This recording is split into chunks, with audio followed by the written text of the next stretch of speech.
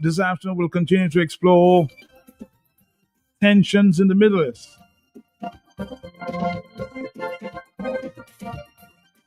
I will talk to one Dominican national. I'll repeat. We spoke to him this morning. We're just going to repeat the conversation, and of course, have some reactions.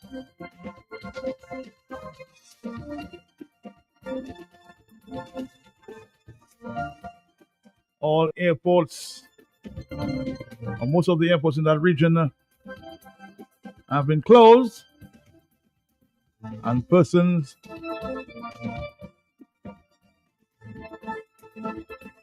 are looking to leave.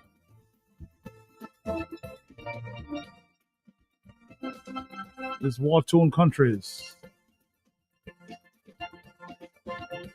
We're going to take a break, and when we come back, we'll talk to you. Bryson Company. Here the Bryson Company. The only company I know with Bryce was cooking motor and back and neck. Now in the last valley short, I said Bryce. In the old plus level where you have a roofing material and seamless guttering. Yes, 24 gauge governors, all colors. Ever open Nipo gas peel agent. They program the computer to give you the exact size you want. And the seamless guttering aluminum that can better withstand the elements you have in an easy way. So no leaking after a while. And so much more. Bryson Company, the at by 8 bank close to the old mill at Enfield. Telephone 617-2468. I see going shopping for farming supplies. So I ask you, what are you doing inside Bloombox? Do you have a farm? You tell me, that's how it has sought. I've been married 37 years. Look at my money farm. They say, no, not woman, like land for farming crops. And then you understand, Bloombox is the most affordable on island. Knapsacks starting at only $57.71. Elsewhere, it's $300 plus. Cutlass seeds, seeding trays, nursery pots, sales of potting mix, all at way better prices than anywhere else. Fertilizers, 3-in-1 multi-tool, and so much more. Located on Federation Drive, Goodwill. Second property on the right after the Valley Link Road and on the corner of Drury Lane and Hanover Street in Rosal. Bloombox. Let's bloom together. There's Smooth. And then there's Guinness Smooth. It's a brand new cool. Incredibly smooth. Perfectly balanced. For a smooth and refreshing taste. So how smooth? Well smooth. Guinness Smooth. For a smooth and refreshing taste. New Guinness Smooth. Must be 18 years or older. Drink responsibly. Socialize responsibly. Locally distributed by Belfast Estate Limited. In Dominica's case, I actually located Tallboy as being the person who eventually introduced what we now know as a full-fledged can with full scales into Dominica. When he came back to Dominica one time in the late 50s, early 60s, he brought with him a pan made in Trinidad. Steel pan pack 2. Dominica at one point had about 7 or 8 full-fledged steel bands, you know. And that's why Pont Michel actually holds a place of prominence in steel pan in Dominica. There was a full-fledged steel pan. In Portsmouth, there was a pan group in Grand Bay. There was a steel band also in Maho. There was a steel band in Massac. In the city, we had 3 steel bands. Steel band part 2 and Creole Hundred with Afatan, Afi, Matty and friends. Those Friday on the big station from 10:45 a.m. So all of these, you can see there was a really interesting support coming from the private commercial sector for the art form. And it wasn't just in mouth. It wasn't just even in finance, because these steel bands used to be used throughout the year. Dominica, let's retune our bodies, minds, and spirits to the genius of Tallboy Cats, Stafford Joseph, Miguel W., Aaron Emmanuel, Owen Banwell, and others, and awaken this slipping giant. Steel Band Part 2 with Afi, Matty and friends, hosted by Ambassador Prince White, on the big station Q95 FM by Prince Friday from 10:45 a.m. The time is now. There we go. The Pan Resurgence. The Pan Renaissance, the rise of our children, will not forgive us. The steel band playing the Calypso on the road was what determined what was the favorite for the year, and we now know it as the road match.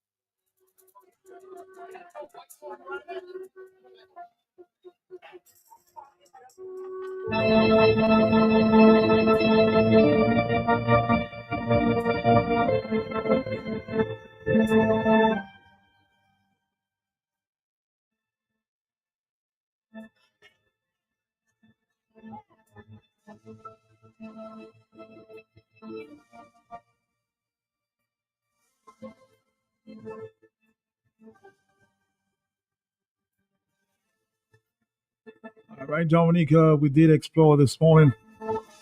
We'll continue to explore the chaos in the Middle East.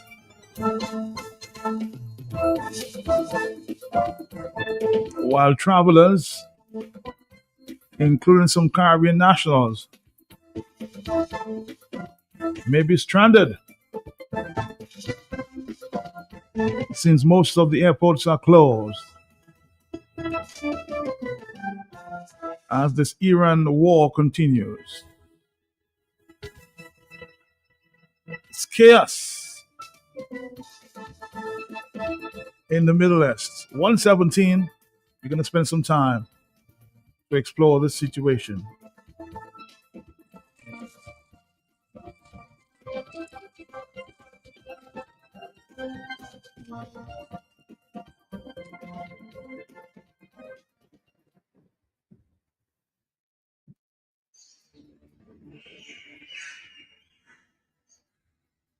The general feeling is the longer it goes on, the more edgy people are getting. You can feel today there's a bit more anxiety is the best description. There's a lot more people in reception, asking questions, trying to find out what the latest is.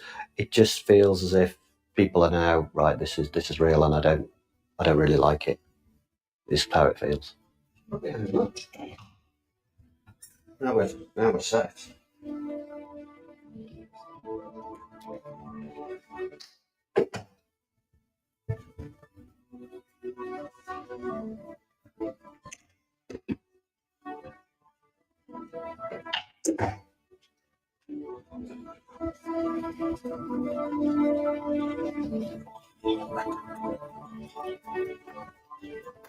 To be honest with you, now I've done a lot of traveling, so I've been around. I was just thinking, if I get a bed, I'm happy. Was all I was thinking. So I wasn't that phased. I was a bit, to be honest with you, even though it was pandemonium, I was pretty relaxed. I was like, I'll get a bed. A bit worrying when we were there. There were quite a few bangs. The airport got hit while we were there, so that was, I think then that brought it home. And we're only about 10 miles from the airport here. So we got here, then another queue, because it took like 3 hours to get to the hotel room. But when we were in the lobby, I think the other hotel got hit by the missile, and we thought a bus had actually hit the hotel because you could feel the shockwave from the missile, and it felt like a vehicle had hit our hotel, and we were how many miles away. Bit of screaming and worrying then. I think that kind of brought it home to everyone. So then it was a bit more panicky. The people in the hotel and the staff and the people of the Emirates, I mean, they're just brilliant. They are the nicest, kindest people I have met. Really calm, get everyone in a room, lots of people panicking, but they were just great. The feed.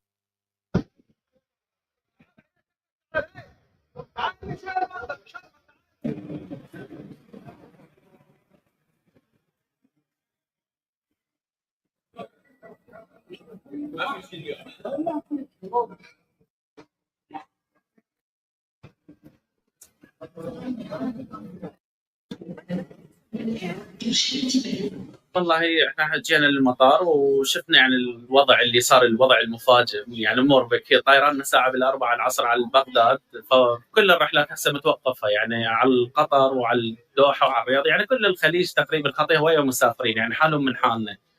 والخطوط الجوية العراقية كلها متوقفة رحلات لبغداد، فيعني صار وضع مفاجئ. So one of the persons caught in this chaos is Dominican Mr. Trevor Johnson Tossi, we call him, and he shared his story with us this morning. I want to share again. I'm sure We'll get some reactions there somewhere. Let's listen to his story. Trevor Johnson, Tossi, his nickname. Let's listen to his story. Iran-Israeli war going on. Paint a picture of what the actuality is. I know you have seen some bombs, just a few, maybe a few yards away from you. What can you tell us? Yeah, well, since the Israelis and the Americans attacked Iran has been sending bombs all over the region. I'm in Doha, Qatar, and of course I've been seeing bombs down. We've seen a few fires. So that's what we're getting in Doha. Bahrain, Dubai, the UAE, Dubai, Abu Dhabi, and Kuwait. They're getting it a bit harder. But I think now it seems that they are stepping it up in Qatar now. Because for the past few days they were hitting, as I said, Dubai, Kuwait, Bahrain, and Abu Dhabi a lot. The bases, and the embassies, they are destroying the embassies and bases in these countries.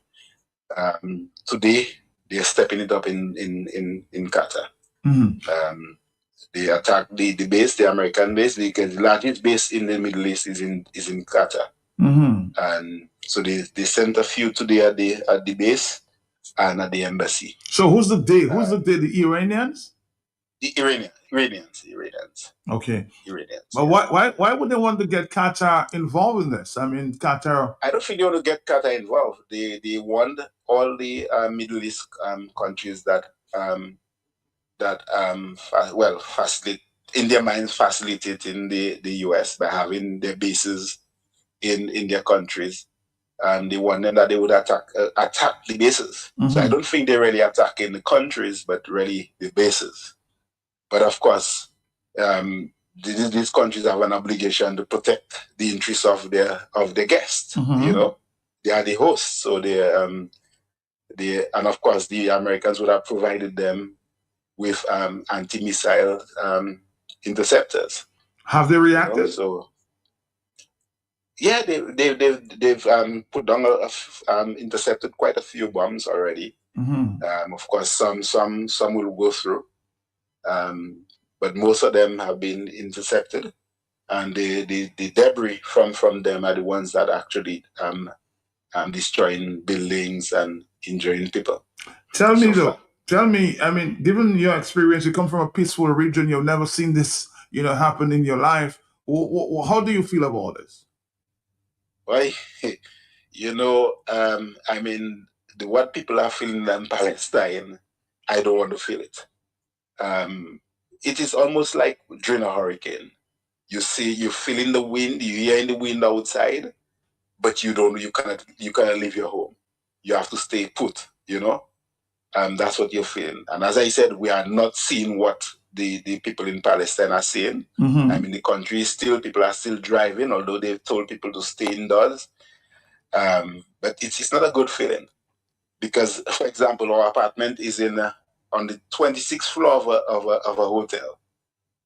Could you imagine it being hit? What's going to happen? So these are the things. In fact, I don't sleep during the night. You don't? Because my wife is the one. My wife works here. Yeah, my wife works here. Everybody's working from home now.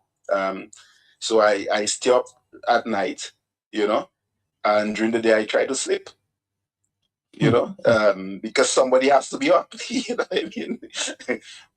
We've packed stuff already that as soon as something happens, we'll try to reach the basement, run down the steps. We actually did a dry run the other day. Okay. So what we're trying to do now, because the airspace in the Middle East is shut right now. It's closed all over the place. Yeah, except Saudi now. Saudi's allowing flights to go. So, for example, the Trinidad government got the Saudis to waive the visa for entry. So if Trinidad want to drive to Saudi, they could do that. I reached out to the Prime Minister. He actually reached out to me on Saturday. Good. And asked me how I'm doing. I thought that was a good. Again, he's my Prime Minister, so right. I mean, he has to look out for his things. And so they are trying to actually send a diplomatic note to the embassy, to the Saudis, to get a waiver, so I would be able to live too. The only issue is that when you're up in the sky on a plane, that is the other problem. So that is another scary part. To get to Saudi, we have to drive for 7 hours. Mm-hmm. And then we have to take a flight to London. But the scary part is being on a plane, because the Iranians are not letting off. I don't know, the Middle East is going to change right now. Because the Iranians, as far as they're concerned, they're not going to lose that war. And I believe they are very well prepared for the war. I don't think the Americans, the Americans underestimated them. I don't know if Trump believed that was a Venezuela. They could just go in, grab one man, and the country will fall apart. The Iranians are not like that. You kill the spiritual, you kill the Ayatollah, and you believe that, that is the fall. This is like killing Saddam, and that was it. Killing Gaddafi, and that was it. These people are too organized, Matt. These people are very organized. One man dead, next day somebody replaces him. You know, so because I'm getting the impression from Trump that it could have been or should have been a short-lived war. I don't know how they could. I mean, they said that the Israelis and the Americans are good in intelligence. Mm-hmm. How could they believe that if they are that good? You know, I mean, even me who knows, I know a little about what is going on here. Little, I mean, 0.0001%. Mm-hmm. And I didn't believe that the war would have ended. I mean, we came in last week. We came in right after Carnival because we went home for Carnival. Trinidad. And we came in. Yeah, and we came in. And as soon as I arrived, I told my wife, let's go shopping. I knew the war was going to start as soon as we arrived. Mm-hmm. And we went, and I said, you see that shit? We're not going to go out anytime soon. I knew that. But you want to get out as soon as you can, though. You see the window? Yeah. Boy, the Caribbean, boy, now you know how sweet life is, boy. We have our little hurricanes every year. We have some little criminals doing a little nonsense in the Caribbean, but boy, we good where we are. Trust me. I mean, when you're in Doha, it is very, very safe. Mm-hmm. You know, without the war, I mean, you could walk any time of the night. My wife could get out and walk at any hour of the night. You have no problems. But boy, I would rather be back home, honestly. And you intend to come back home soon? Yeah, as soon as we get a chance. I mean, my wife could work remotely. And the thing is that, this year she said that is her last year, being in the Middle East. She's really fed up of being around. Okay. Time to go home. So, I mean, it might just be a quicker move, return, yeah. Do you know of any other Dominicans that may be affected? I mean, you're in that area? In a party, I met a Dominican lady. Her sister works. She knows me, but I have never met her before. Okay. So that's the only Dominican. Maybe the others working around. I don't know. Dominicans are mostly in Dubai. In Dubai. And you don't think that it will affect those in Dubai as well? Of course, it is affecting them. Everybody's indoors too. Remember, I told you earlier that Dubai started getting it first. Remember, Dubai has a lot of Westerners, so they could attack the hotels and things like that. Whereas in Qatar, they are mostly people from Asia, East Asia. Mm-hmm. Indians, Pakistanis, and Filipinos. A lot of these people are down here. Whereas in Dubai, Dubai is the capital of Sodom and Gomorrah. So you would advise parties. You would advise those that can to leave that region. Well, the Americans are advising everybody, all their citizens, to leave, although they cannot leave. Why would you want to stay here? I know. Everybody is. That's what people are thinking. People are actually deciding whether or not they even want to return here to work again, you know. I asked that question yesterday as it relates to how do you think this war in the Middle East, Iran, Israel, US, would affect the Caribbean region? Or do you think it would? Well, anytime, you know, there's a saying, anytime, let's say somebody sneezes somewhere, it affects the world. I mean, oil and gas prices are going up immediately. I mean, small islands, small economies like Dominica, Canada cannot take that. You know, so that is one thing. I mean, we don't have a huge manufacturing industry, but the little we have we're going to be affected. Prices are going to go up because you need oil and gas to run industries. So, you know, a businessman is not going to lose out. So everything we import the prices are going to go up. I mean, they're expecting oil to go up as high as $200. Wow. That is the expectation. When you listen to the news, that's what they predicted. That is murder for people, for Dominicans, you know. And the other thing is travel. The Iranians are now saying that if their embassy in Lebanon is attacked, they're going to attack Americans all around the world. Think about it. Their embassy in Barbados, there are Americans in Dominica. There are cruise ships coming to Dominica. You understand what I'm saying? You know, if you want to attack people, you just send in your suicide bombers to handle them. So who is going to travel again? You know, traveling to the Middle East is going to be to be affected too much. So imagine they're going to be affected. Hopefully, the people that come to you know to the Middle East will start going to the Caribbean, going to Dominica. You know, hopefully our international airport is completed quickly. You know, so and that's the thought is we have a lot of Iranian economic citizens, and if they're looking for peace, they might want to come home to Dominica as well, or the Caribbean. Yeah.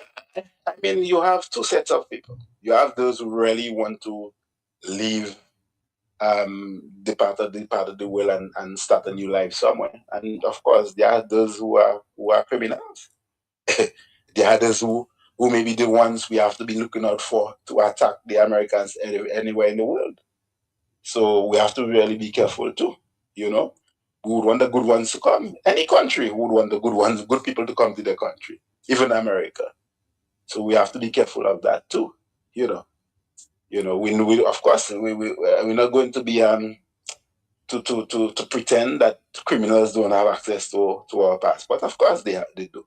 But of course, at the same time, of course, there are good people who have it too. We're interested in developing the Dominica. We're interested in maybe even coming down to Dominica to live.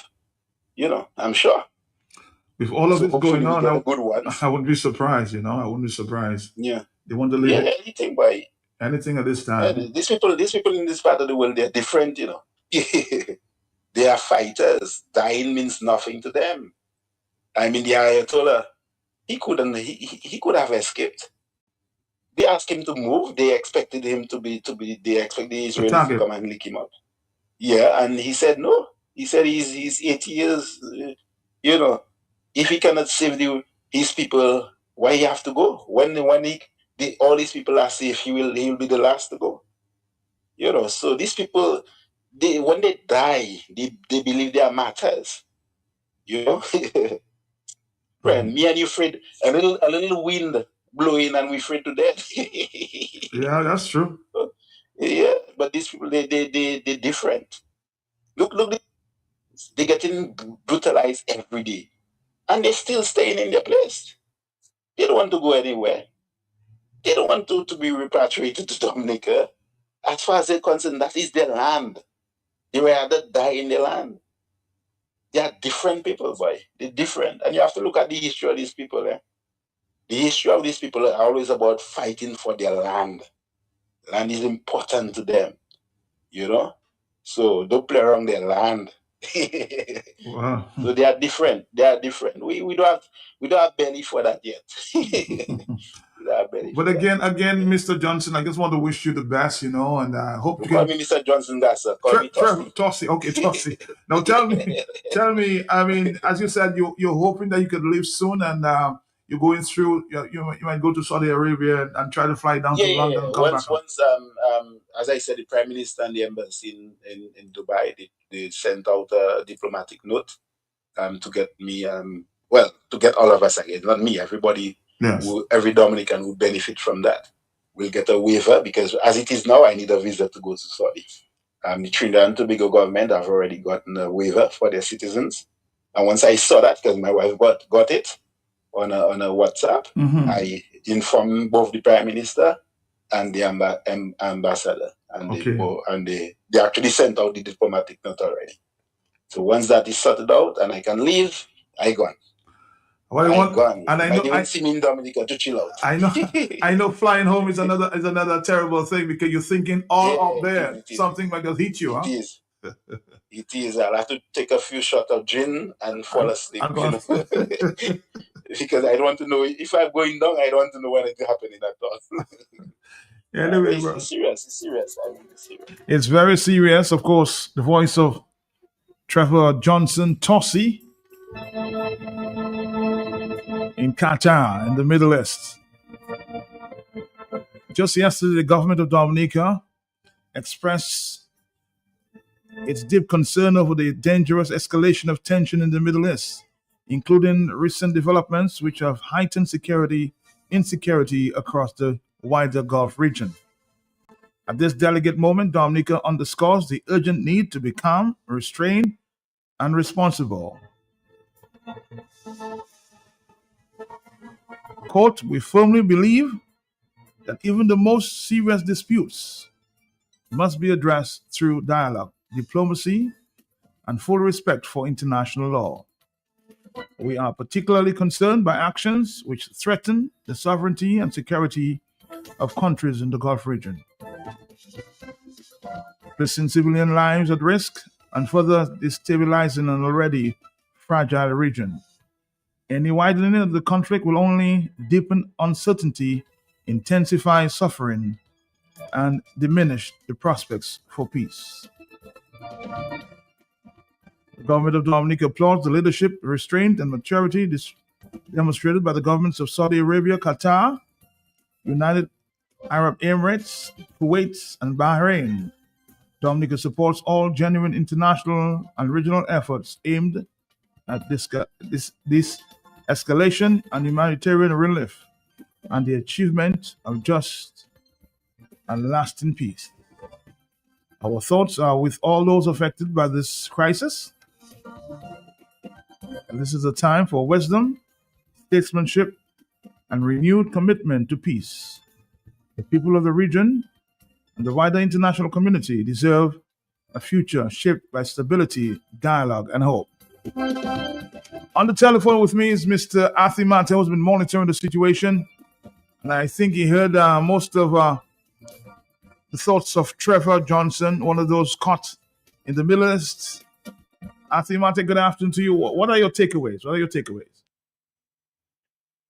Good afternoon, Mark. Thank you so much for an opportunity. And also thank you to Trevor for his insightful observations on what must be a very tense and challenging situation in which he finds himself out there in Dubai. He said a couple of things that I believe have very direct relevance for us. One of them has to do with the fact that anything happening anywhere in the world affects everyone everywhere in the world. I'm paraphrasing what he said. And the fact is, if we know that, if we are aware, for example, as he used the example of oil and oil prices going up to $200 a barrel. In the U.S., it's projected that a price per gallon of fuel for your car will go up towards $7, $8, $9, maybe even $10, etc. It means that every single item that has to be transported using engines that need fuel, whether it be by car, by boat, or by plane, that the cost of moving cargo and people is going to skyrocket. The implications for us on the ground are very obvious. We import fuel. And if the price of gasoline or diesel goes up, and I'm hearing Trinidad out of Trinidad, we're getting reports that Trinidad is kind of rubbing its hands together and saying, we're going to get a break now because the price of oil and gas is going to go up. So we will start making some money again. That personalized, selfish attitude is exactly what Trevor is warning us against. He's saying, be aware that these things are going to happen, but without saying it, he's suggesting very strongly to us that we better start making provisions for behaving differently, for acting differently, so that we can mitigate or reduce the impact of these changes that are taking place way out there in Asia on our tiny economies and our local situation. And that would include, for example, taking a hard look at the fact that we're in a situation where most of the Caribbean is depending on imports to feed itself. So we are finding ourselves at greater risk now than we were 10 years ago, 20 years ago, 30, 40 years ago, when we used to produce a significant portion of the food that we were consuming. Today it is shifted. In some islands, 80% of the food consumed by the local population is imported. Dominica is a little bit lower, maybe 70%, but that is significant. So it means, what arrangements do we make, not just as individual country, island states, but what arrangements do we make as a region to ensure that there is enough food available to us at affordable prices so we don't run into a situation where, as a result of high and rising prices, people cannot eat well. You have to reduce from 3 meals a day to 2 and then maybe to 1. So the significance of what Trevor is saying is that we should have already by now. And if we haven't, we better hurry up and put in place arrangements for addressing what will likely be a significantly increased cost of food, hence availability of food, and significantly, a country like Dominica and many of the other islands have the capacity and the potential to produce up to 30 or 40% of what we need to eat. So efforts need to be in place urgently for that. And I'm tired of hearing our leaders talk about it. I'm tired of hearing them refer to projects and programs that they have going on, where a farmer can come in and get a little money to do this and a little money to that. These things are matters of national and regional priority that must receive the full weight and support, not just of governments, but of private sector, so that supermarket owners must be placed on alert that when locally produced food becomes available, it must receive priority for purchase and for distribution through their mechanism. It must mean also that those of us who would end up producing must produce up to a standard and on a regularly available basis, so that the services provided by supermarkets and shops and stores and vendors can be sustained over time. Our failure to act already means that we are already behind and have catch-up to play with regards to food. Transportation also will impact us. Remember, Trevor has said, the cost of travel is going to shoot through the sky. We are now all in the region, including Dominica, much more dependent on having visitors come to our islands and our region than we were before. And that means travel by air in most cases. Although from Martinique, Guadeloupe, St. Lucia, so we still can depend on sea travel on the ferry, but even the ferries require fuel, by the way. So it means, how are we going to adjust ourselves to the fact that people who want to travel to Dominica for a vacation may not be able to afford to travel? That Dominicans living overseas who, like Trevor, are getting ready to come home may find that the cost of the airline ticket to get home will be 3 or 4 times what they are normally paying. So these crimps, these pressures on the travel industry, that means tourism, and that means family. So where are the plans? What plans should we have in place? Right now, we do not have a regional air carrier anymore. We used to have Liat, we used to have Biwi, we used to have Air Jamaica, we used to have a number of regionally owned air carriers. We do not have one today.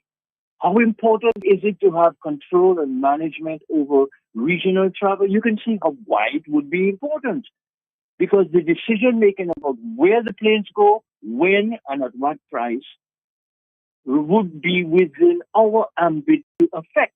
Right now, it's within the ambit of the owners of the foreign airlines to decide on that. So travel is giving us some signals. It's pressing some buttons, which if we're listening very carefully, we realize these are not just the utterings of somebody anxious to get out of Dubai because of the war, but there's a thoughtful person saying to us, hey guys, y'all are not in Asia. I am in Asia, but I can tell you that these things are going to be happening and they are going to affect us even if we're 4,000 miles away. So we need to be taking account of what Trevor said. Trevor went on to speak about the attitude of Iranians to land. Now let's be clear. Iran is populated by a people who are known to have a history of over 4,000 years as a people. The United States has a history of about 250, 270 years. So understand that we're dealing with a mature civilization when we're talking about Iran. And we're talking about other states in Asia and in East Asia. These are people like India, like China, who've been on God's earth for thousands of years. Not like us, who were transported here 200 or 300 years ago and find that we are the if you will, the persons who came from, and that our ancestors, although they lived on a continent for thousands of years, we are only living here for a few hundred years. And so what are the adjustments we need to make? It raises the point. It means particularly because we find ourselves not on a continent anymore, but on a small island. In our case, an island of 300 square miles, less than 200,000 acres of land. That's the totality of this acreage of Dominica.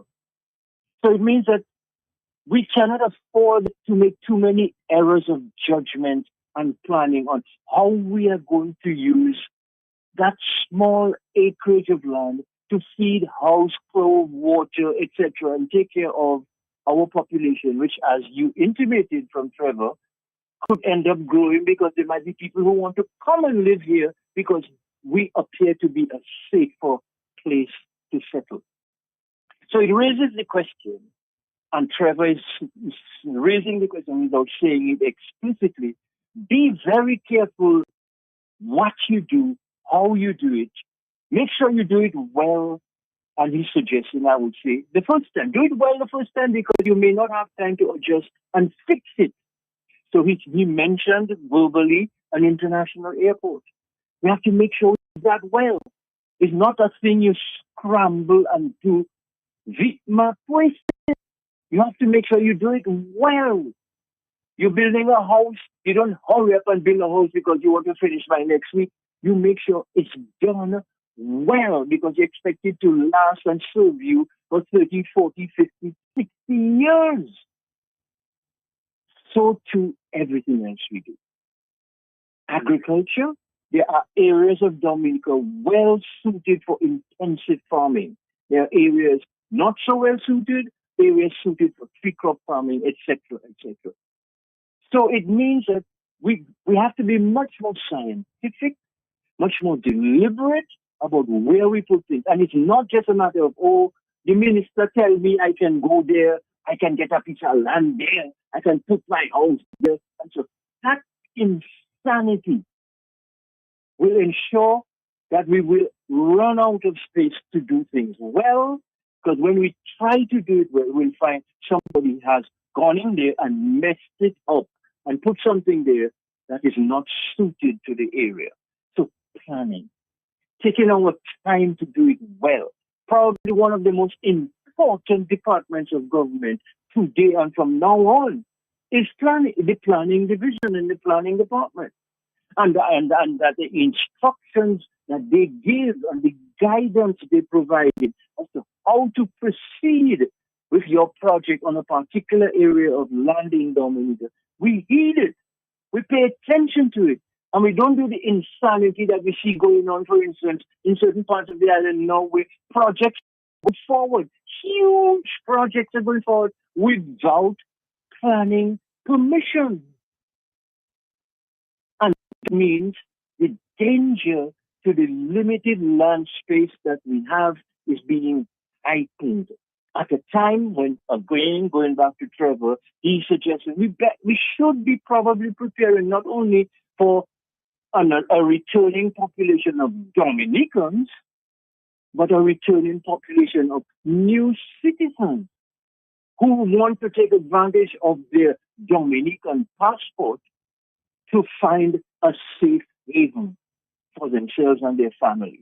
And so I'm raising these issues because as I listened to Trevor, although he didn't articulate the implications of what he was saying, for me, some of the implications of what he said are what I'm drawing.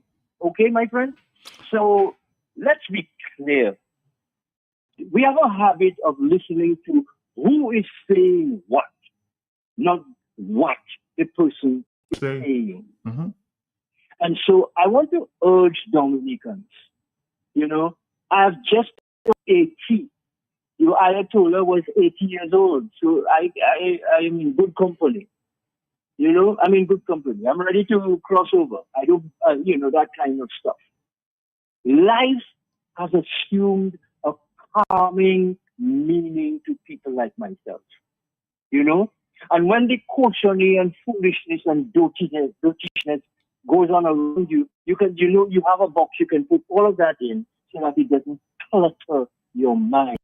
I'm listening to the statement you read that our government just issued about heeding international law.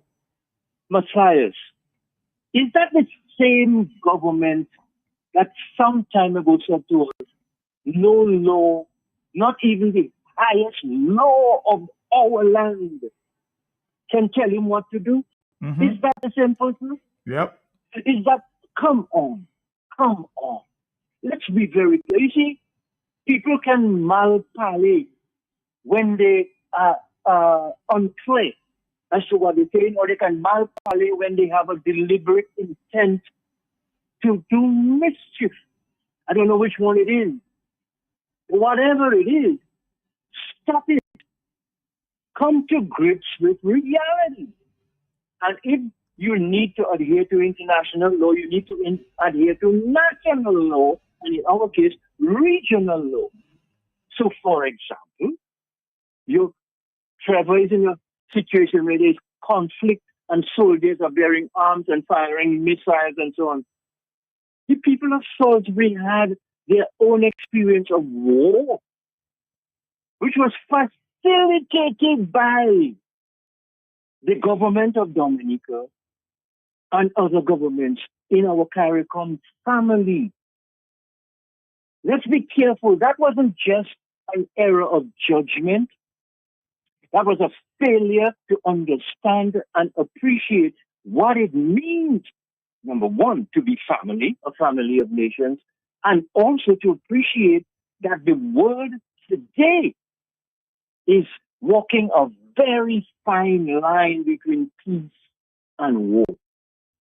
And so we have to be clear which one it is we are promoting and facilitating. I would say that it sounds to me that there are many governments now in the Caribbean who have chosen to facilitate conflict and war for personal or political reasons. We have to stop that. If we cannot stop that, we just have to agree, well, alas, Papa Monje, it's best you take us and go with us. But the truth is, and that's what our dear brother Trevor, in his own inimitable way, is alerting us to. He is in Dubai. We are in Dominica. But what's happening to him over there is alerting him to the fact that conflict and war is not a stranger to us in the Caribbean. And if we want a place of peace, we have to, on a daily basis, to be working for peace in our families, our neighborhoods, our schools, our businesses, and our countries as a whole. We cannot encourage conflict when it suits us and expect to be living in a space, a country of peace. All right, Anthony Martin, thank you. On that note, we'll take a few calls and we'll, of course, allow another brother to share his peace. Alvin Thomas will be with us in the next few minutes, observing what's going on there. This crisis in the Middle East. On the telephone, yes, good morning to you. Good afternoon, yeah? Good afternoon. This is William Mario. Yes, sir. Yes, sir. I have a concern, my brother. I have a concern. As I told you, I would have called. But I did tell you can call me tomorrow.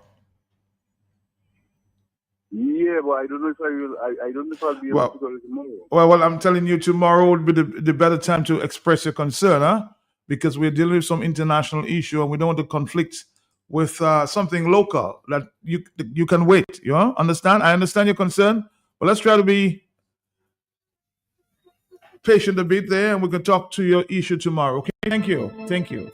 Hello, talk to me on the telephone, yes? Uh-huh. Mystical, how you doing, please? That's been a while, man. Yeah, but you see what happening now there now, but not thinking about Southern Africa, the Caribbean, you know. You have to be careful. Trump looks like a madman, you know, and I don't know what happening about. You do have to be careful of some things are going around and coming around now, you know. It's a big concern. But anyway, let's see what happens. All the best, brother, man. All the best. All right, we have to watch carefully. Hello, talk to me on the telephone, yes? Uh-huh. Yes, man. Good afternoon to you and your listeners. Good afternoon, Matt, yes. in just listening to us today, I would like to tell us, if you see this goes on until maybe June, July, we can kiss the Creole Festival goodbye, because the prices of oil and the flight to come to Dominica is going to be off the start. So we can kiss the Creole Festival goodbye, Matt. Good afternoon. I don't. Good afternoon to you. You're predicting with the future there. Hello, yes? Uh-huh. Good afternoon, Matt. Good afternoon to you, sir. How you doing? I'm good, thanks. Certainly, the world these days, because of global politics, is interrelated. And what is happening in the Middle East, though we may think it's far away, is certainly going to affect us. It's going to affect us in one way or the other. We do not produce oil, and the prices of oil have begun going up. So that is one factor that we must concern ourselves with. But more importantly, our food import bill for the region is about $6 billion. And there was a plan by CARICOM to decrease the importation of food in the region by 25% by the year 2025. That was not totally achieved, and so they've moved it to 25 by 2030. But we in Dominica, how do we respond to that? Because certainly the food supply chain is going to be affected. Whether we like it or not, the food supply chain is going to be affected. And we must now look within ourselves as Dominicans and say what it is we can do to position ourselves for this imminent crisis that will face us. And so we've been blessed with good rainfall, with good fertile soil. I think it is time for us to have an emergency national plan. And part of that plan will have to involve what is the food consumption pattern of we as Dominicans? How much do we consume of different crops? And begin a rapid planting program, manage, organize under certain standards, like Hafi said, to ensure that we can prepare ourselves by planting and producing a significant amount of the food that we require for our daily staple. We can say this, we can say that, but unless we have a collective national plan to respond to producing our food, this is going to even affect us more. World War II, there was this song, Chueyo, Chueyo, pour tout le monde manger. It was people coming from the French islands coming over to Dominica, and Dominica had food that we could kill animals and our livestock and share and feed others. We may not be in that same position today if things escalate further. So we must begin to recognize that agriculture is an important component of our country's development and sustainability. And it is important that we do not sleep on it, but it is something that must be acted upon immediately. Because if this crisis continues, the country that survives is the one who can produce its own food. Thank you, Matt, and good afternoon.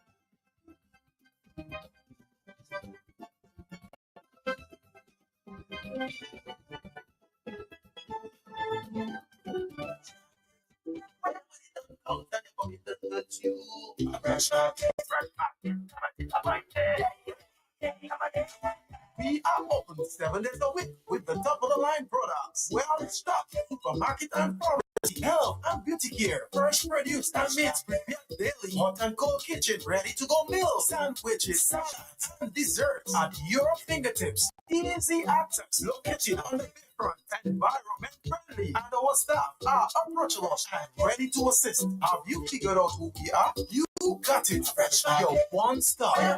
Comes and your pocket that touch you. Fresh market, never disappointed. Yeah.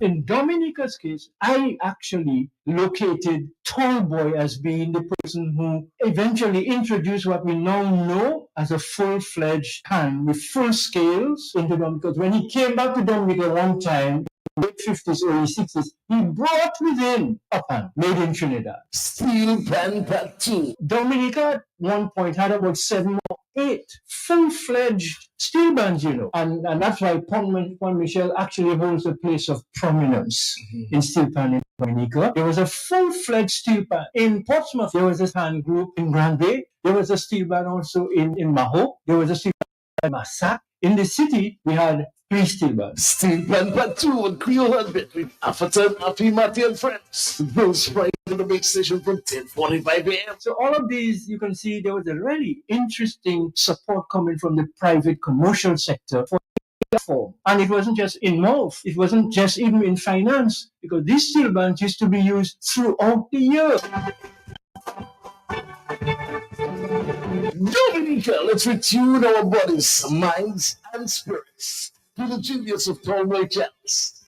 For Joseph, Miguel W., Aaron Emmanuel, Owen Banwell, and others, and awaken this sleeping giant. Steve Van Patu, Matty and friends, hosted by Ambassador Bruce Wax, and the big station 295 FM at Bill's Friday from 10:45 a.m. The time is now. There we go. The Pan Resurgence, the Pan Renaissance, the rise of our children will not forgive us. The steel band playing the Calypso on the road was what determined what was the favorite for the year, and we now know it as the road match. All right, Dominica, we're here still 6. We're sharing some thoughts on the Middle East and the crisis. that will emerge for us here in the Caribbean region. Put it simply, if this continues, we have to tie our waists. Mr. Alvin Thomas, former General Secretary of the Public Service Union in Dominica, of course, a technocrat within the tourism ministry as well. For many years, he's been following the events. And here are his takeaways. Mr. Thomas, good afternoon to you, sir. Yes, good afternoon, Matt. How are you doing? I'm here taking it one day at a time. I suspect you're observing what's going on there in the Middle East, and you seem to be very concerned. Oh, absolutely, absolutely, Matt. Let me first of all say good afternoon to you and your listeners, and to all the persons, all our Dominicans at home and abroad. And thank you for the opportunity to just share my thoughts on the whole thing. I listened yesterday, of course. I heard former Ambassador Crispin Guerra give quite a splendid narrative of what's unfolding from a diplomatic standpoint, someone who has quite a bit of experience in that area. And today I heard from my friend Tossi. Let me just say, Tossi, if you're listening, good afternoon to you, my friend. Stay safe. And again, I just heard from Afi, my friend Afi, Mr. Martin. And the last caller, which I recognized, it sounded to me somewhat like Mr. Barron. I may be wrong. No, it's Mr. Errol Emmanuel. Errol Emmanuel. Oh, Errol Emmanuel. Yes. Okay, all right. But let me just the time you allow me, Mark, bear with me for a little, and let me just try and put some things in context. In light of what Afi says, and even the last caller, Mr. Emmanuel, let me try and put some things in context before I make some suggestions in terms of where I think we should be going as a people. First of all, let me say from the onset that a war is on now. Okay? There's no ifs about it. United States, along with Israel, is in a war with Iran. It's happening. To the extent that the Congress now is trying to debate whether they are going to approve the continuation or the stoppage of the war. But we know that, that's just going to be theater up there. But a war is on. And if that war is on, then certainly, as most of your callers have said already, it's going to have a direct impact on us. I'm not even saying indirect, a direct impact on us. And by us, I mean Dominica, and by extension, the rest of the islands in the region. And I will begin by saying, one, we must not panic as a people. That's the worst thing you can do. We must be prepared, and we must stay focused. I think it was an American economist and policy entrepreneur, Paul Romer, who said, quote, "A crisis is a terrible thing to waste." So I will begin by putting some context. Why the economies of most of the, I would say, the region, CARICOM, and to some extent our ECCB region, our Eastern Caribbean Currency Union, that small grouping.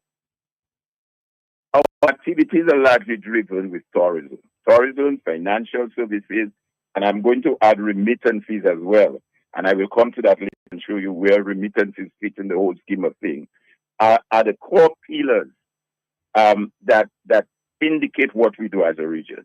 They are characterized, as one might say, by the limited industrial output, the high public debt, I think I've referenced that, and our weak productive base. The last caller mentioned that. So agriculture continues to remain as a really under-leveraged sector throughout the region, especially in the Windward Islands. And that is where it creates and it contributes to the food security problem that we're having. One might even add that, rural unemployment and other stuff like export diversification and all that stuff. So the region remains heavily reliant on what we would say as external markets to meet our domestic consumption needs. And let me just share with you some data that I was able to pull up from the ECCB website. According to the ECCB data, trade deficit persists and are widening. That's from the ECCB. It indicates that the region's dependency on import is central to its economic imbalance. Imports have steadily climbed from 9.6 billion Eastern Caribbean dollars in 2022 to $10.4 billion in 2024.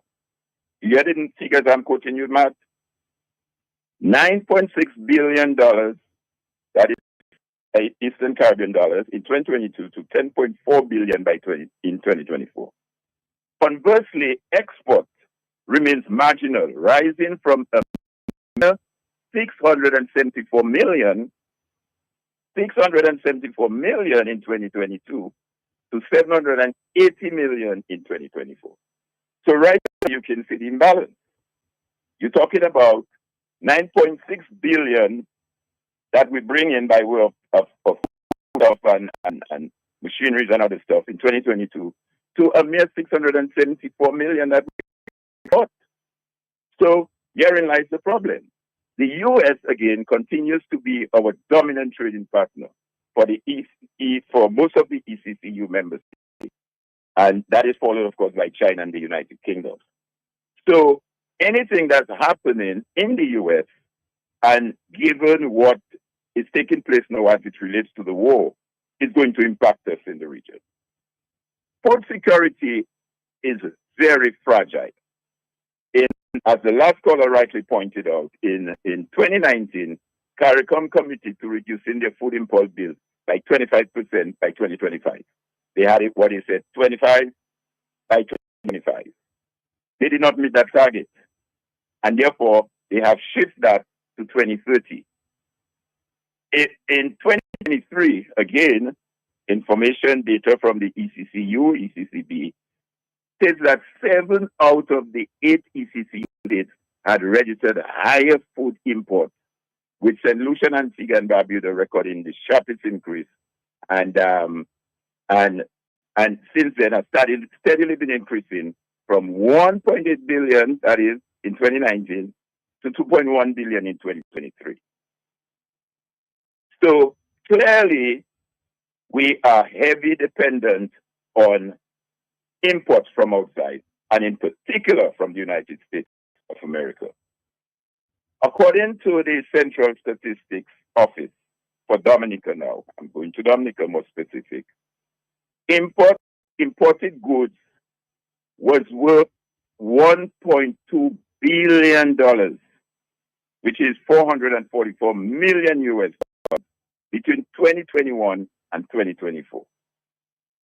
$1.2 billion between 2021 and 2024. And that is in stark contrast to the exports to the U.S., mainly agricultural products, produce, essential oils, lotion, artisanal crafts, that's a mere 4.4 million EC dollars, which is just about 1.6 million US dollars. So you see the disparity right there again. For Dominica, that is, 1.2 billion as compared to 4.2 billion. Okay? So if a war is taking place as it is taking place now in the US, you can rest assured that is going to impact us. Okay?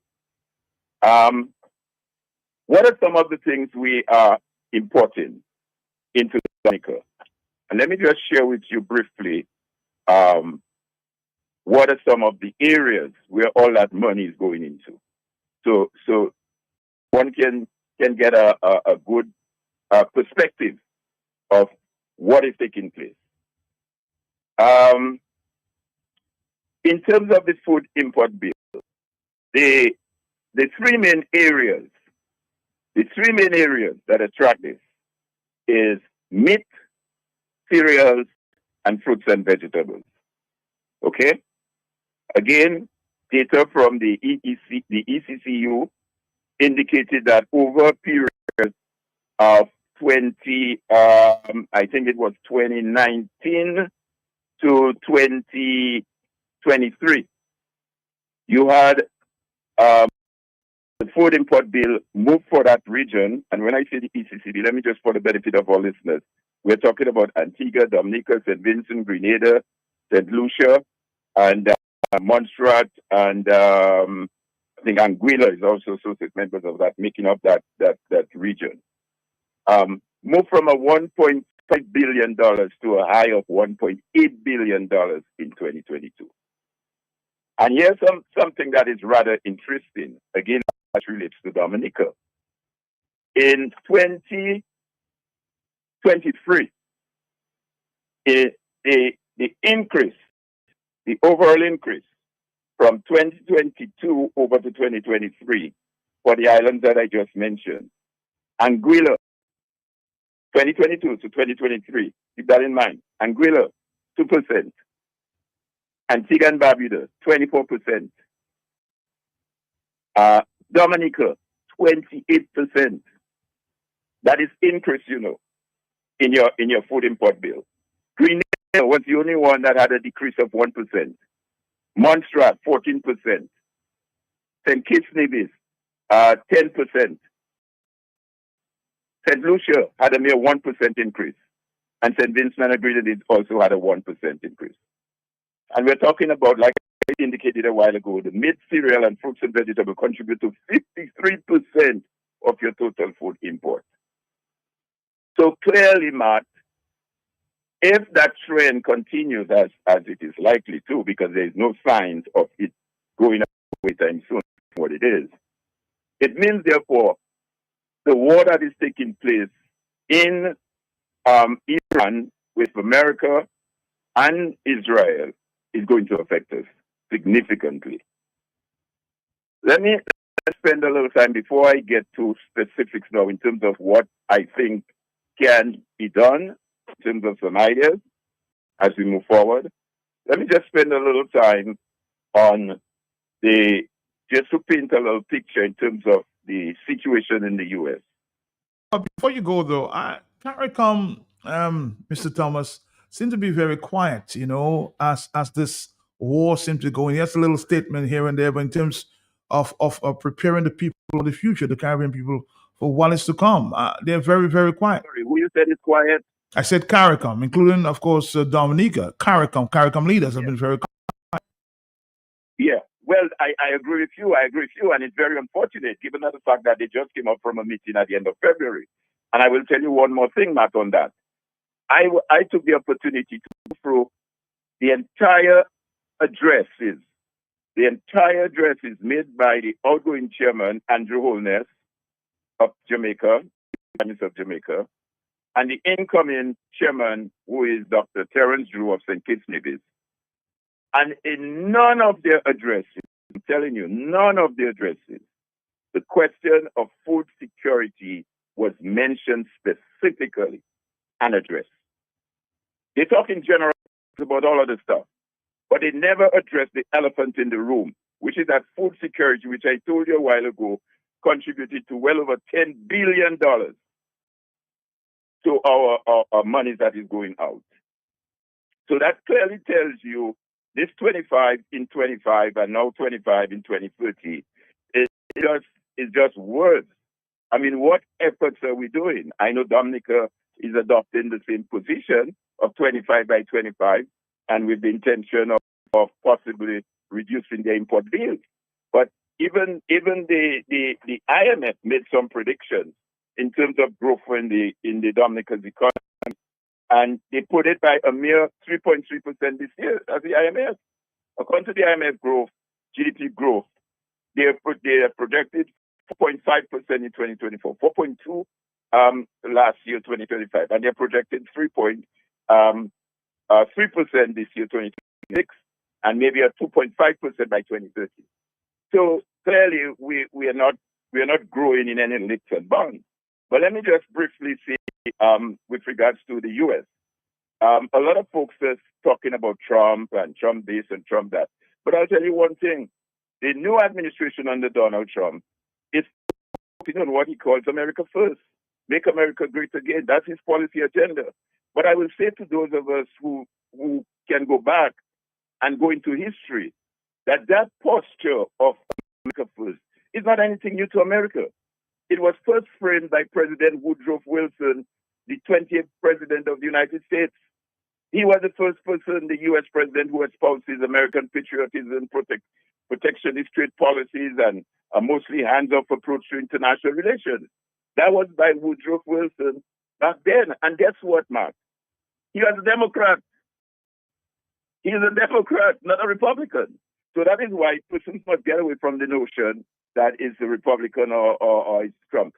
I mean, this is how America has been for a very long time. And whether it's a Democrat president in the White House or Republican president in the White House, they're going to espouse what is in the best interest of America. America has one of the largest economies, GDP of well over $30 trillion. That is what it was by the end of 2024.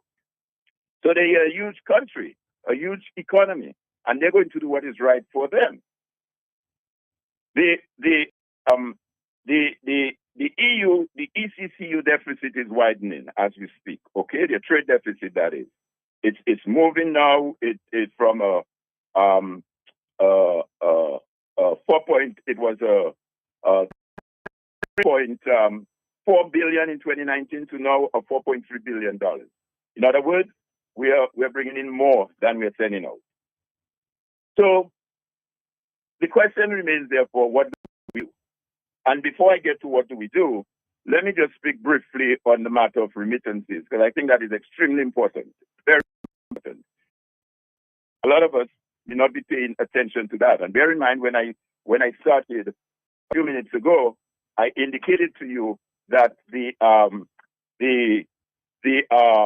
economies of most of the countries in the region, and in particular, us in the ECCU and the ECCU region, is based on services, tourism, financial services, and remittances. These are the core pillars.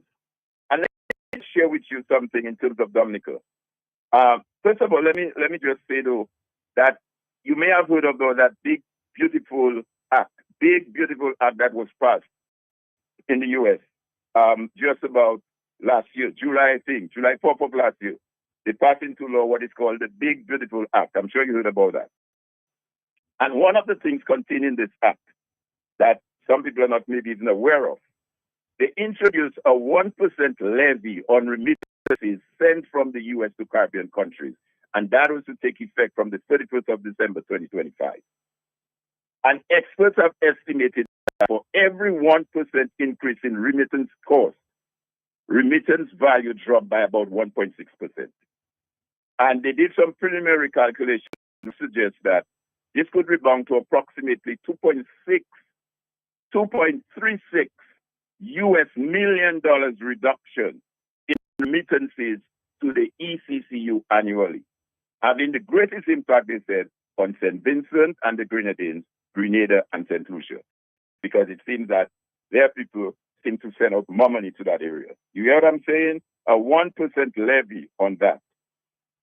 Dominica global remittances over a 10-year period, and I think Ambassador Crispin shared that. I give credit to him a couple of weeks ago on a program on Global View. Dominica global remittances over the period 2014 to 2024 total 1.2 billion. You hear me? 1.2 billion Eastern Caribbean dollars. That's approximately 465.1 million US dollars. In 2014, Dominican, and that is global remittances, the bulk of which I will say comes from the US. So that would take remittances from the US, from England, from Canada. That is Dominicans in the diaspora. That term we like to use, diaspora. Sending monies back home to their people in Dominica.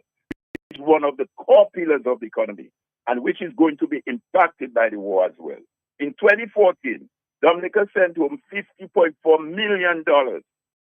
In 2015, $51.9 million. In 2016, $44.0 million. In 2017, $44.4 million. In 2018, $42.1 million. In 2019, $47.5 million. In 2020, that was the year of the start of the COVID, it went down to $33.7 million. So as you can see, there was a drop of well over $10 million. In 2021, we were still within that COVID period. They were still able to send home $40.2 million. In 2022, we sent home $37.8 million. In 2023, we sent home $34.5 million. And in 2024, we sent home $38.6 million. So over that 10-year period, Dominicans overseas remitted back to their country, Dominica, $1.2 billion. You hear the number that I'm talking about? That's a lot of money. $1.2 billion. Okay. A lot of it goes in, of course, in consumables, I would imagine. But clearly, if there is a war, that too is going to be impacted. There'll be less remittances coming in. So there'll be less support for the economy. So again, what can we do? I think I would begin by saying we need to have a call to action. And that call to action, of course, must be, like I quoted from the economist Paul Romer, a crisis is a terrible thing to waste. So we must not waste what we can do as a people in this crisis. There are a number of things we need to do, but specifically, I think we have to recognize the fact that we are dependent so heavily on the U.S. for our goods and spending so much on those items.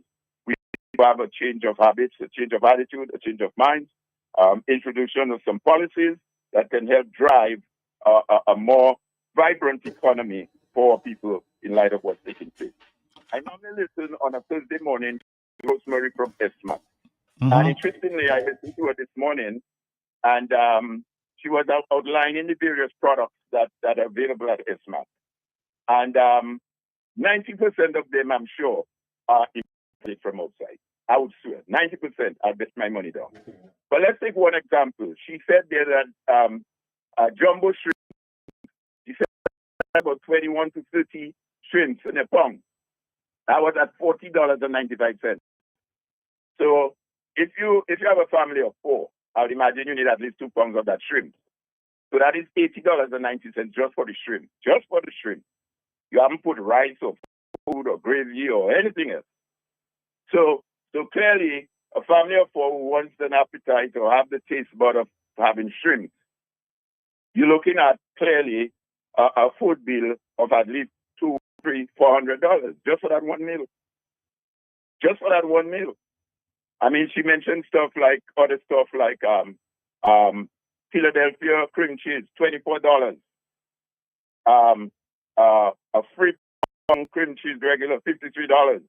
Bagels, $12.50. 10-pound leg quarters, $38.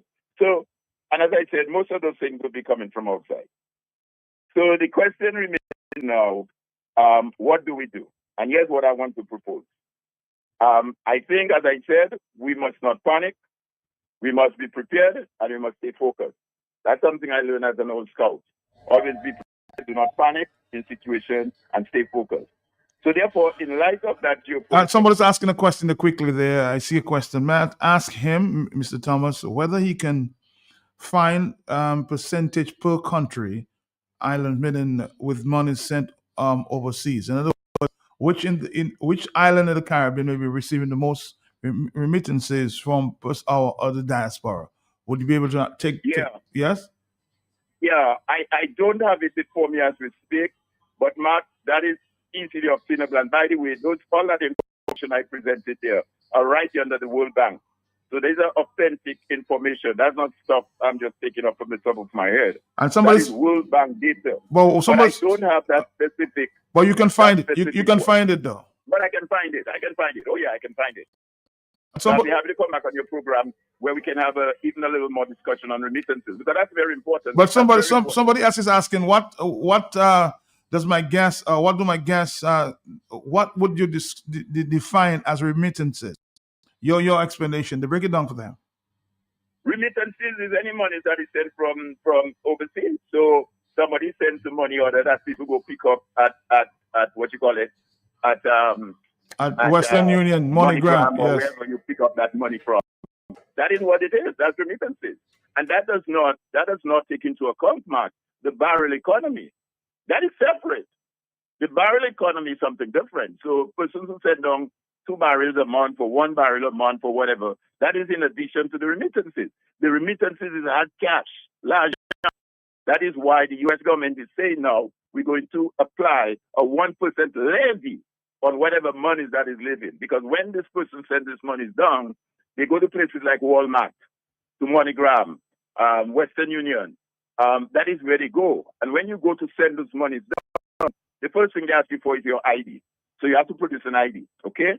You have to produce an address, a phone number. Who is the money going to? Well, who is the money coming from? Who is the money going to? So that is information that the U.S. government has. It's at their disposal. All of these financial institutions have to make that information available to the U.S. government. So the U.S. government can know that $40 million went down to Dominica last year or 2024 or 2025. And on the basis of that, they're saying that they're going to charge a 1% levy. So clearly that is going to impact persons who are not just receiving, but persons who are sending. Because if the situation gets dire up here in the U.S., persons might be in a situation where they're not able to send as much as they would like to. And that in itself would have an impact on our. But let me just quickly go into. Before you conclude there, somebody's asking, does the remittances, as you say, would that include maybe some loan payments to the NCCU, etc.? No. That would not include the loan payment. Well, put it this way. Put it maybe yes in a sense. Because if, say, for example, I have my son or my cousin in Dominica who needs money to help him pay his loan or something of that nature, and I said for him, that's a remittance. But it would not be if I now have my house in Dominica and I'm paying a mortgage and I'm sending to pay the mortgage. I don't think that would fall under the category of remittances. I understand. Yes, but let me say, Matt, in light, as I said, of the geopolitical tension in the Middle East involving the U.S., United States, Israel, and Iran, our small island development states like Dominica must be prepared for possible direct and indirect impact. One caller mentioned too that we need to do that in unison as a region. And here are a couple of things that comes to mind. Global fuel price increase, okay? And we know you've heard before it said that the Strait of Hormuz is between the Persian Gulf and Oman, and that is where 20% of oil, liquefied natural gas passes through. Now, if Iran shuts that down, you know what's going to happen. I think Tossi mentioned the price of the barrel of oil. I think Ambassador Crispin alluded to that too yesterday. It's going to go up. As much as $200 a barrel. That's a lot. Exactly. It impacts everything. So think about Domlek, who is used with oil, and all these other places that use things. The bus driver taking the tourists around oil, gas. All of that is going to be impacted. Then we have, of course, shipping delays and freight cost increases. That's another area that CARICOM needs to focus on. Most of our goods come through the U.S. or port in the U.S., namely Miami.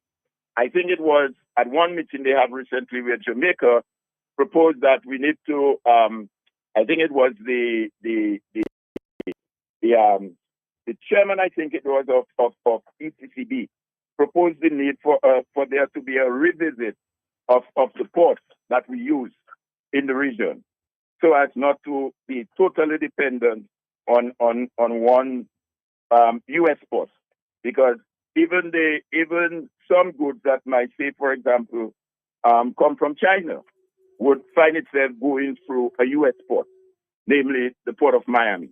So we need to begin to figure out, well, are there alternatives? Okay?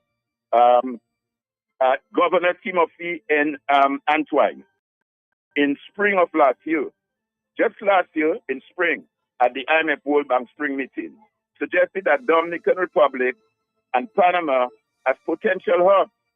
This is perhaps on the basis of their strategic geographic location, already existing infrastructure, and connectivity of their port.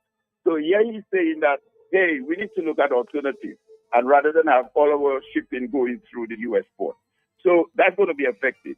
Food import disruption, supply chain bottleneck, inflationary pressures. So what do we need to do as a Dominican? We need to strengthen our national resilience by promoting food security in a very responsible consumption and community self-reliance manner. We need to have a mission whereby we can mobilize our citizens. I think one of the callers mentioned it.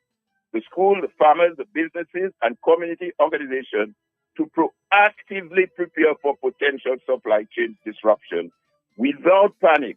Let me underscore that. Without panic. Ensuring that, therefore, continuity of food access, fluid stability, and national unity.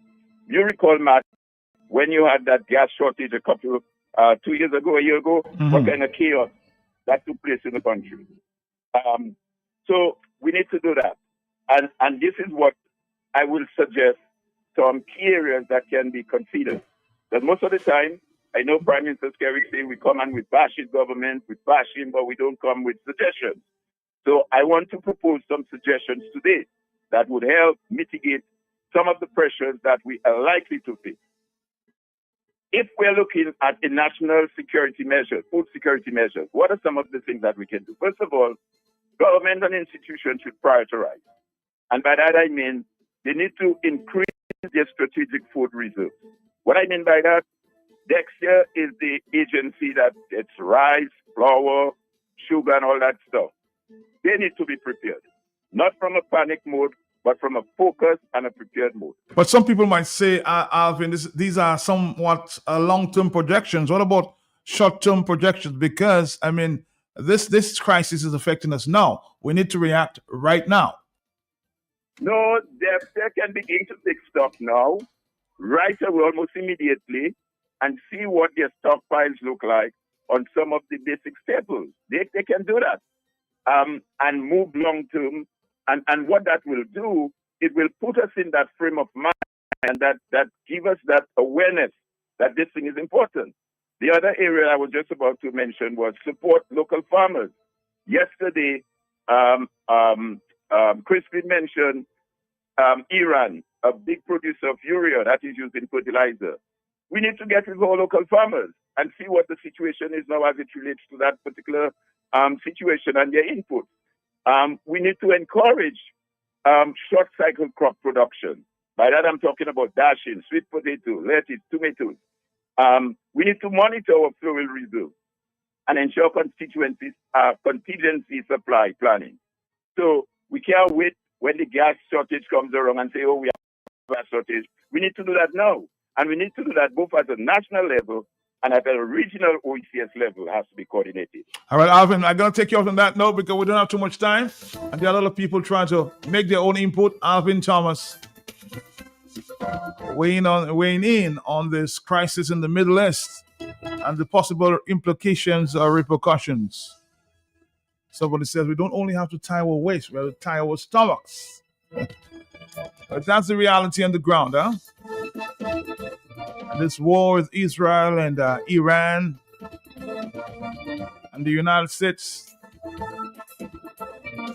Believe me, I heard President Trump talking about some time ago it will be short-lived, but you know how this Muslims behave.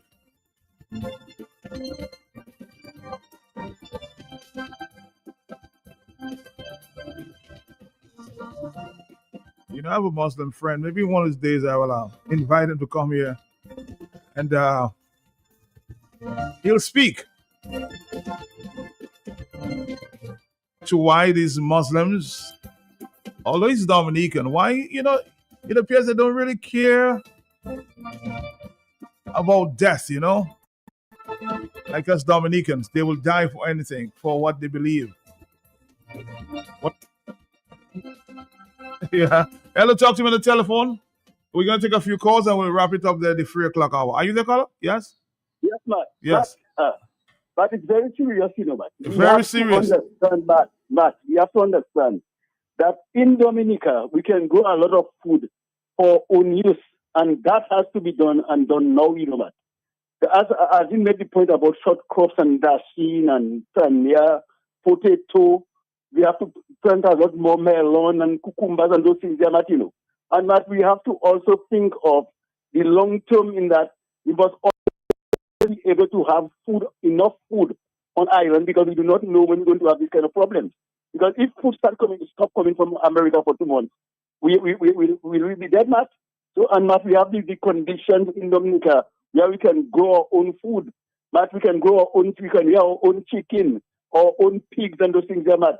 The government must look at this thing and do a serious thing, Matt, and get everybody involved and let us have enough food for food security. We need to do that and do that now, Matt. Okay? Well, I hope the policymakers are listening, and of course we'll do something about it. But clearly, we have to tie our waists.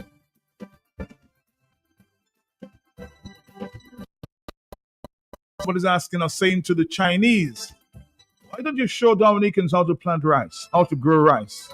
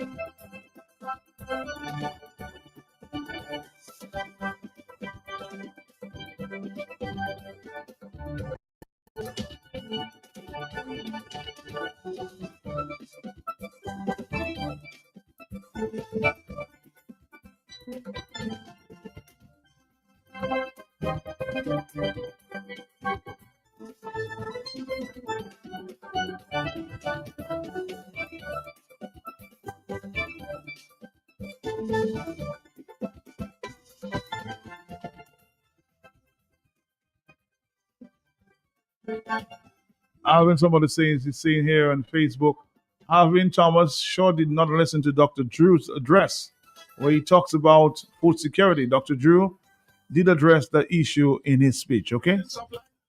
Kitchen appliances, even home decor too, lumber, all your garden supplies, plumbing, welding, electrical supplies. Visit Do It Center at the former Jane Asset Hardware location on Goodwill Road. Call us at 255-6890. Do it Center.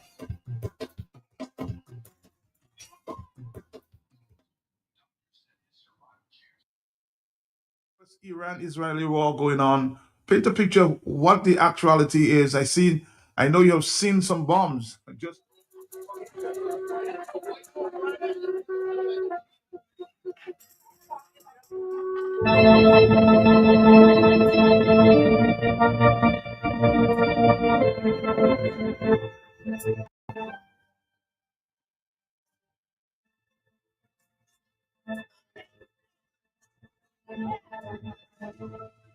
All right, somebody saying, man, think about it. If the Europeans came here and said the Bible told them that the land is theirs and that all Dominicans should go, won't you be mad? Won't you fight for your land? You need to get someone to explain to you the root of the cause of this conflict and the Balfour Declaration. The Christians have caused this conflict. The Europeans, Christians, with the white Jesus. Now, you think Dominicans are really, really, really prepared to fight for this land called Dominica?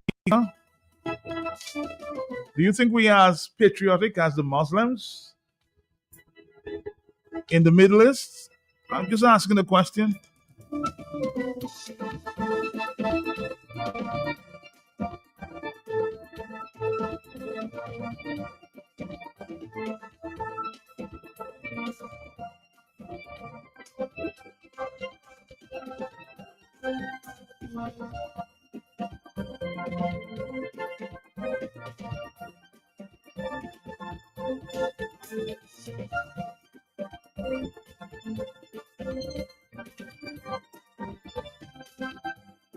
We're going to take a break and then we'll come back, Dominica, and maybe we'll give you the latest in the conflict. Coming back.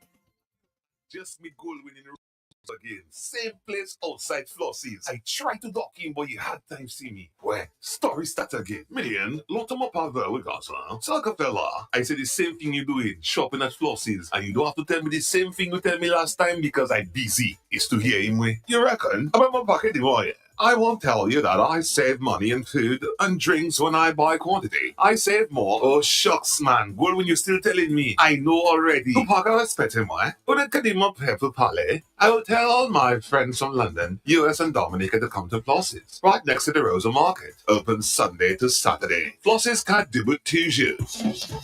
Dominicans, enjoy your property, protect your property, you homeowner and businessman, protect your property, enjoy your property. Can't wait for the hurricane, can't wait till you flood again, can't wait till you fly out and all your business coming out. Remember, no insurance company will insure your property when a storm is approaching. Get ahead of the hurricane season and insure with a company who gives you the assurance of payment for your valid claim. Come speak with us today at the New India Assurance Company Limited, upstairs AC Shillingford and Company Limited, 24 King George Street, Roseau. Bring along an up-to-date valuation from a qualified engineer and get insured today.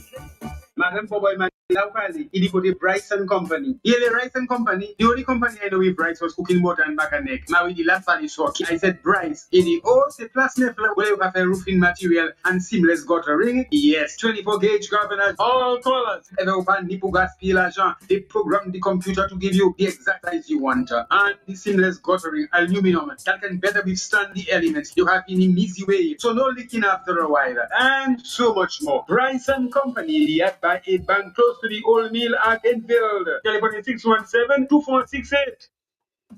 If you know quality, then you must know the manufacturers of Dominica's finest rums, Belfast Estate Limited. Over 80 years leading the industry with exceptional standards and formidable customer service. We present the manufacturers of BB Rum, Soca Rum, Red Cap Rum, Cask Rum, and the signature Belfast Estate Rum Punch. With island-wide distribution daily, Belfast Estate Limited has cemented its mark as the distributor of choice for products like Eldorado range of rums and creams, Kubali Bear, Corona Bear, Guinness, Root Boy Drink, and of course, Sunblast Juices, Thomas Snacks, Vitamalt, and Pine Hill Juices. Call the office at 440-7032 or visit the distribution outlet at Jimmy Dominica. Follow on Facebook or Instagram at Belfast Estate. Belfast Estate Limited, your leading manufacturer and distributor of rums in Dominica.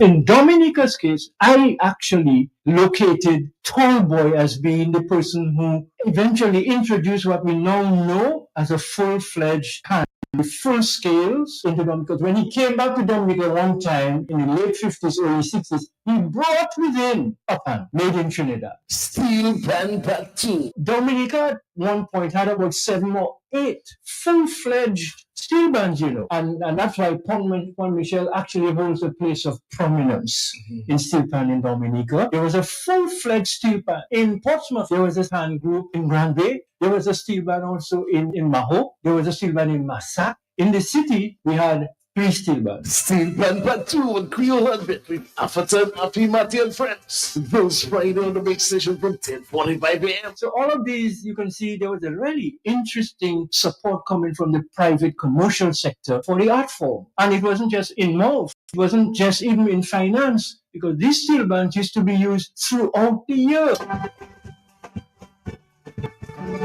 Dominica, let's retune our bodies, minds, and spirits to the genius of Tallboy Jazz, Stafford Joseph, Miguel W., Aaron Emanuel, Owen Banwell, and others, and awaken this slipping giant. Steve Van Part 2 with Afi, Matty and friends, hosted by Ambassador Bruce Wright, and the big station Q95 FM by Bill's Friday from 10:45 a.m.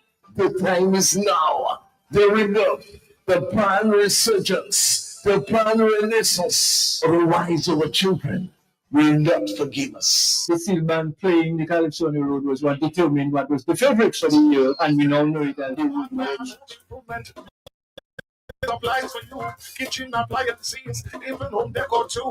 Lumber, lawn, all your garden supplies, plumbing, welding, electrical supplies. Visit Do It Center at the former Jane Asset Hardware location on Goodwill Road. Call us at 255-6890.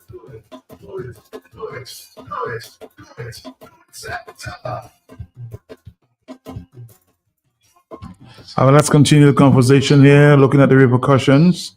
Of course, the war in Iraq and the possible implications and repercussions for us here in the region. We've been advised to tie our waist. Hello? Matt, good afternoon. You Yeah. know, listening to Afi telling you that, Matt, we have some of the most backward leaders in the region. Let me say why I say that. Afi and men like him and many other citizens have been speaking of these things. And nobody listens. And now they are so ignorant, they're not going to listen. And that came out of what Trevor just told you in that interview, man. So let me drive it home to you. Now, more important than ever, with a war taking place on the other side of the globe, that some people will understand the effects of your action has a reaction, because when the chicken come home to roost, it's too late. Mr. Martin keep telling you, when you do something, you do it well. You just don't do things half-ass, willy-nilly, and like he mentioned, the minister tell me do this, do that. But there are times in life a man must sit down and assess his actions. And before you make a move, you assess what you're gonna do. If you make that move, what are the precautionary measures you're gonna take? What are the downfall? In other words, you measure the pros and cons, man. You hear people talking at chess. A chess game is you always watch the move you make before you move. You make 3-4 thoughts of moves ahead before you make one move, because it's not like you playing draft. It's not that simple. And listening to Afi bring home what Tosi just said in a personal level, and what Afi is telling you is on a national level. And there are a lot of our people listening right now who will not grasp the depth of it. And that's a sad part about it. But I wanted to call you and say this, man. We at a crossroads. I've always tell you, Dominica is at the crossroads. I don't know that there would be a war in Iran today and 12 countries in the Middle East under fire. But I knew for a fact, everything you do has a reaction. Everything you do has consequences. And as a thinking man, you must always think of your action. Matt, good afternoon. Good afternoon to you. I think there's another voice note from you too. Yes? Mm-hmm. You know, Matt, let me say something. The issue of food security is not a new thing that these guys been talking about. I've posted some article, I think, on your page and some other pages that I listen to sometimes. You remember maybe about 4 years ago, that Hillary and her entourage went to Guyana with Roosevelt Skerrit for the same issue, food security. And when they came back, you know, Roosevelt Skerrit was making joke about he had his little garden, he's a farmer behind the house. Joke. And that's what it has been, joke, man. The region has never taken a food security issue like Guyana is taking it currently, man. And since that time, Guyana is on a move to make food security a priority. And today, Guyana is ready to feed the region and places further yonder, man. I think I've sent you that article also. You know, the problem is we are reactionary. They say you prepare for war in time of peace, man.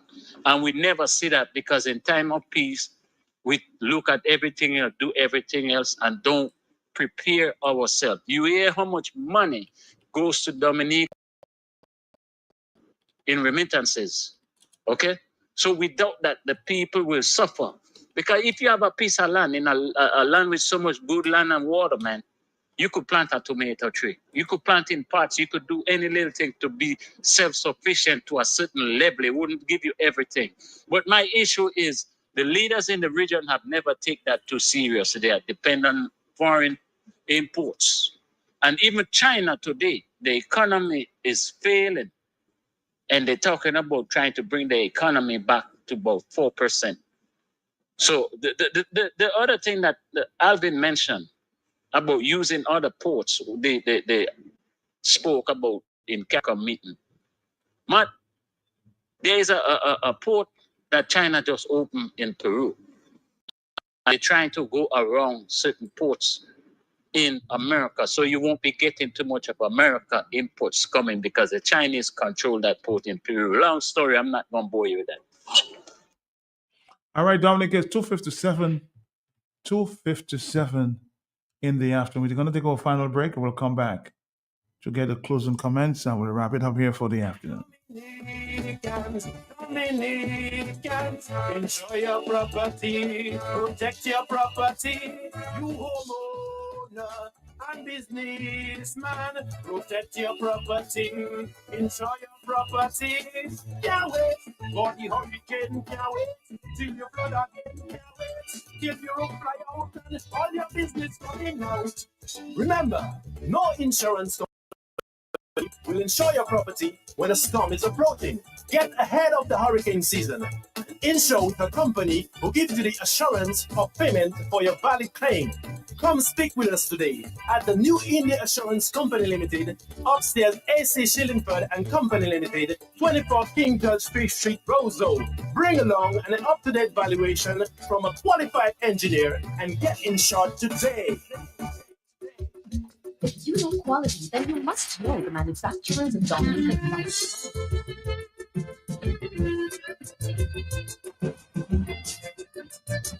I'm going to wrap up with this one in the afternoon. Singing Sandra.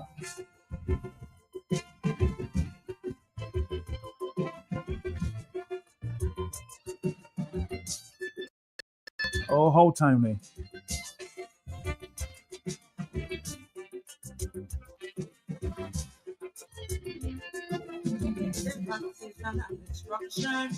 From heaven since time began, has been in the time and time again by man and every man.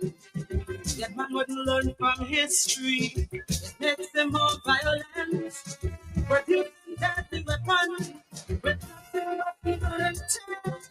So the war will never be over, peace will never be seen. Long as man in his quest for power keep destroying fellow human beings, fellow human beings. I'm telling you, nobody, nobody. When you're ready to think of it, nobody wins a war. Because the agony of defeat will linger, they constellating one another and superpowers, looking for more power. As long as violence and aggression still dwell in the hands of man, brother, you open the war. It cannot be won. No, you open the war. It cannot be won. Fall out from what scale? Plenty agony, plenty pain. Economy theft in shambles that may never rise up again. Collapse of the money system, disruption of foreign trade. Turning against their leaders for the ground that they have made. Environmental pollution, radiation taking its course, and the thousands that die in battle over thousands of human resource. Of course, I'm telling you, nobody, nobody. When you're ready to think of it, nobody wins a war. brutal clash of ideology, carnage and social anarchy, and life reduced to pitiful.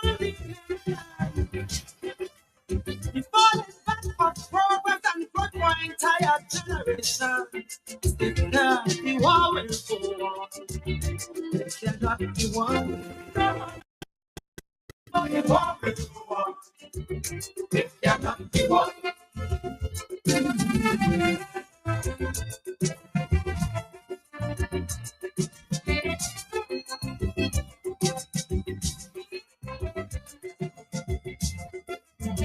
War is just like a rocket. It pays dividends for a few. But what does it profit the masses? I mean laymen like me and you. While the leaders train their chest game, within the masses are born with political propaganda. The soldiers, they never started, but they give their life easily. While the leaders are in a safe place, working on strategy. So you see, I'm telling you, nobody, oh, nobody. When you're ready, look at it, nobody wins a war. It has been the passage of history with the blood of the weak and the mighty. Great cultures magnificent. War shall create and destroy political boundaries as it goes on. This earth cannot be won. The war will go on. No, the war will go on. It cannot be won. I'll set the voice simple. Just conquer and take over. It doesn't matter how many people that wipe out in the massacre. The enemy must be vanquished. The battle has to be won. But the conflict will never be over. Because the enemy got on. There'll always be more dictators, more Hitlers, more Saddam Hussein.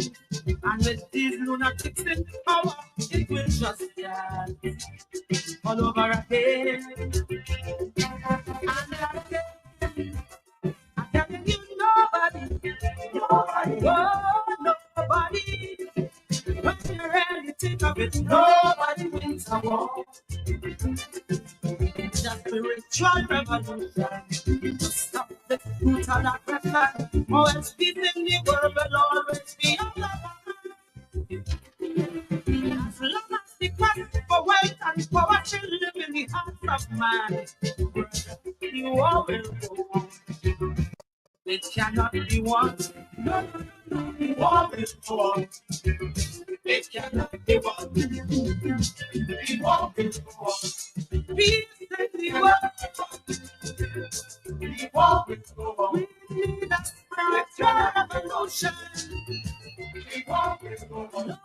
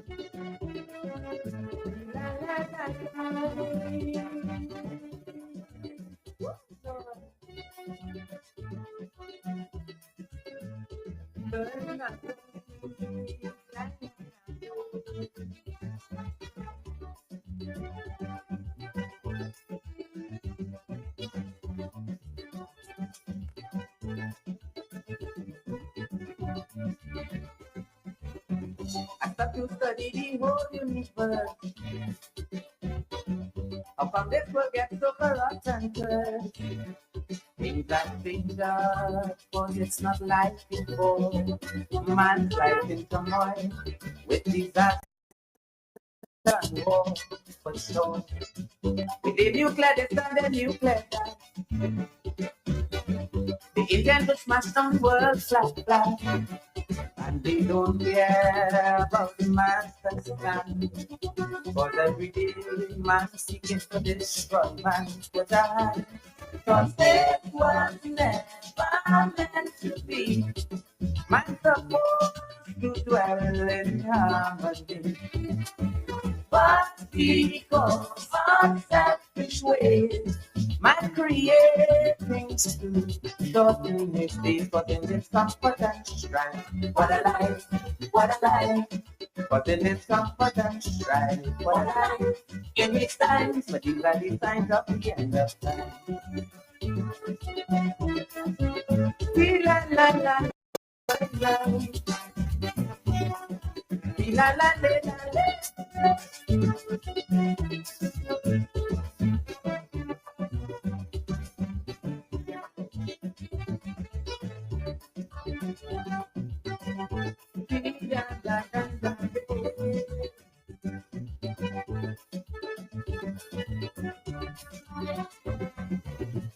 when mankind had the holy first sunrise, it will to him was like a paradise. But up to now, to his will he never take heed. Now he's at war with himself because of his greed. I read, when they drop the bomb in Hiroshima, in history it is the worst disaster. It is of millions of people dead. Yet every day, man improving on new warhead. It was never meant to be. Man supposed to dwell in harmony.